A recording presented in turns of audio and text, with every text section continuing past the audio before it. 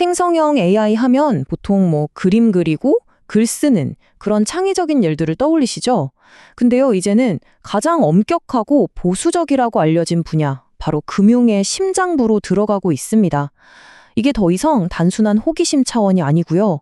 AI가 어떻게 금융 전문가들의 새로운 동료가 되어가고 있는지 그 놀라운 변화를 지금부터 저랑 같이 한번 살펴보시죠. 자, 호모 프롬프트 시대가 오고 있다. 이 말 들어보셨나요? 예전 인류가 도구를 쓰기 시작했다면 이제는 AI에게 말로 명령을 내리는 시대로 진화했다는 뜻이에요. 그러니까 AI랑 얼마나 자연스럽게 대화하느냐, 이게 바로 우리의 핵심 업무 능력이 되는 정말 완전히 새로운 시대가 열리고 있다는 거죠. 그리고 이게 무슨 먼 미래, 공상과학 영화 같은 얘기가 아니에요.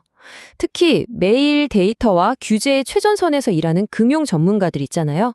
그분들에게는 이 디지털 동료가 벌써 현실로 바로 코앞에 다가와 있습니다. 그래서 오늘 이 새로운 디지털 동료의 정체를 한번 제대로 파헤쳐 보려고 합니다. 먼저 AI 번역가랑 AI 데이터 분석가라는 아주 구체적인 사례 두 가지를 깊게 들여다볼 거고요. 그리고 또 어떤 AI 활용 사례들이 있는지, 마지막으로 금융 현장의 AI를 진짜로 도입하려면 어떤 높은 허들을 넘어야 하는지도 같이 알아보겠습니다. 생성형 AI가 이제 뭐 단순히 코드 좀 짜주고 이메일 써주는 그런 수준을 넘어섰습니다. 지금은요, 아주 복잡한 금융기관의 심장부, 그러니까 핵심 업무 프로세스 그 자체를 통째로 바꾸고 있어요. 그 변화의 속도가, 정말 놀랍습니다. 보세요. 불과 3개월 만에 금융 분야에서만 200개가 넘는 그냥 아이디어가 아니라 진짜 써먹을 수 있는 실용적인 AI 활용법이 나왔다는 거예요. 이건 그냥 한번 해볼까 하는 실험 수준이 아니라 거대한 변화가 시작됐다는 아주 분명한 신호탄인 거죠. 자, 그럼 첫 번째 사례부터 한번 볼까요? 아주 현실적인 문제로 들어가 볼게요. 바로 은행 지점에서 거의 매일같이 벌어지는 일인데 해결하기는 정말 까다로웠던 거, 바로 언어의 장벽 문제입니다. 이게 사실 양쪽 모두에게 정말 힘든 문제였어요. 외국인 고객 입장에서는 복잡한 금융상품 앞에서 말이 안 통하니까 답답하고, 은행 입장에서는 혹시라도 번역이 잘못돼서 규정을 어기게 될까봐 그 위험을 고스란히 떠안아야 했으니까요. 여기서 핵심적인 차이가 뭐냐면요, 바로 이해 능력입니다. 왼쪽에 있는 일반 번역기는 그냥 단어만 바꿔주는 기계에 가까워요. 하지만 오른쪽에 있는 금융 AI는 문맥, 그리고 심지어 규정까지 이해를 합니다. 그래서 직원이 하는 말을 그냥 그대로 옮기는 게 아니라 이 상황에서는 미리 승인된 이 표준 스크립트가 가장 안전하고 정확하겠구나 하고 그걸 찾아서 전달해 주는 거죠. 그 비결이 바로 RAG라는 기술인데요. 이걸 쉽게 설명하면 AI 내부에 아주 깐깐한 규정 준수 담당자를 한 명 뒀다고 생각하시면 돼요. 직원이 자유롭게 말을 하면 AI가 바로 번역하는 게 아니라 이 담당자한테 먼저 물어보는 거예요. 이 상황에서 가장 정확하고 규정에 딱 맞는 표현이 뭐죠? 하고요. 그리고 그 답을 찾아서 번역해 주는 겁니다. 자, 그래서 결과가 어땠을까요? 정말 궁금하죠? 전문 통역사 7분과 블라인드 테스트를 진행했는데요. 결과는 AI의 압도적인 승리였습니다. 그만큼 성능이 월등했다는 거죠. 이렇게 사람과 사람 사이의 언어 장벽을 허문 AI가 이제는 또 다른 종류의 언어에 도전하기 시작했습니다. 바로 데이터의 언어죠. 가장 기술적인 업무 중 하나로 꼽히는 데이터 분석 분야에서 AI가 어떤 활약을 펼치는지 한번 같이 보시죠. 이게 정말 강력한 개념인데요. 덕분에 이제는 전문가가 아니어도 그냥 이렇게 말만 하면 되는 거예요. 지난 분기 서울 사는 20대 고객들 어떤 상품에 제일 많이 가입했는지 보여줘 라고요. 그러면 AI가 알아서 복잡한 데이터베이스를 다 뒤져서 답을 딱 찾아주는 시대가 열린 겁니다. 이 디지털 동료가 정말 똑똑한 게 그냥 처음부터 코드를 짜주는 것만 하는 게 아니에요. 다른 사람이 짜놓은 엄청 복잡한 코드를 가져가서 이거 뭐 하는 코드야? 물어보면 해설도 해주고요. 기존 코드를 보여주면서 여기서 이것만 살짝 바꿔줘? 하는 요구도 다 들어줍니다. 이러니 데이터팀의 업무 속도가 획기적으로 빨라질 수밖에 없겠죠? AI의 활약은 여기서 그치지 않습니다. 이제는 한 걸음 더 나아가서 애널리스트의 보고서 작성부터 콜센터의 고객 응대까지 금융 현장의 아주 일상적인 업무들 깊숙한 곳까지 자동화하고 있어요.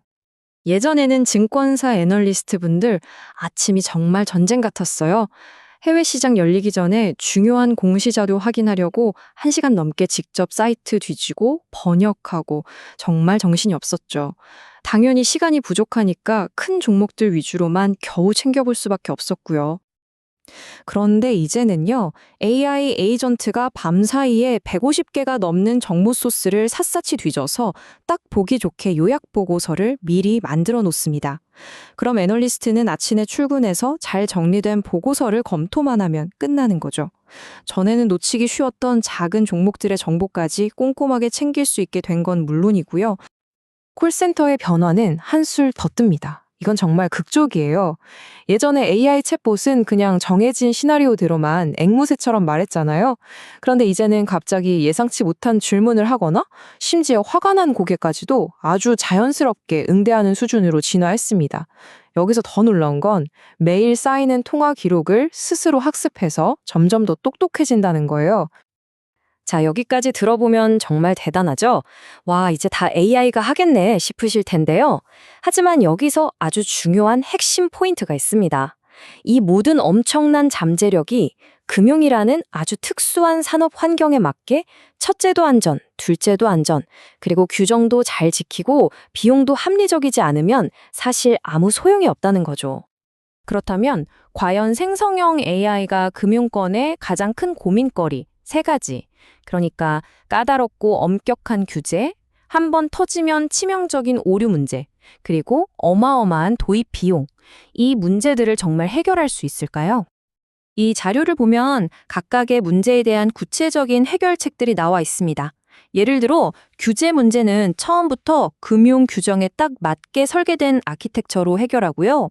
AI가 막 거짓말을 만들어내는 환각현상 같은 오류는 아무거나 다 하는 범용 AI가 아니라 금융 용어에만 특화된 전문 모델을 써서 막는 방식이죠. 특히 가장 현실적인 문제인 비용.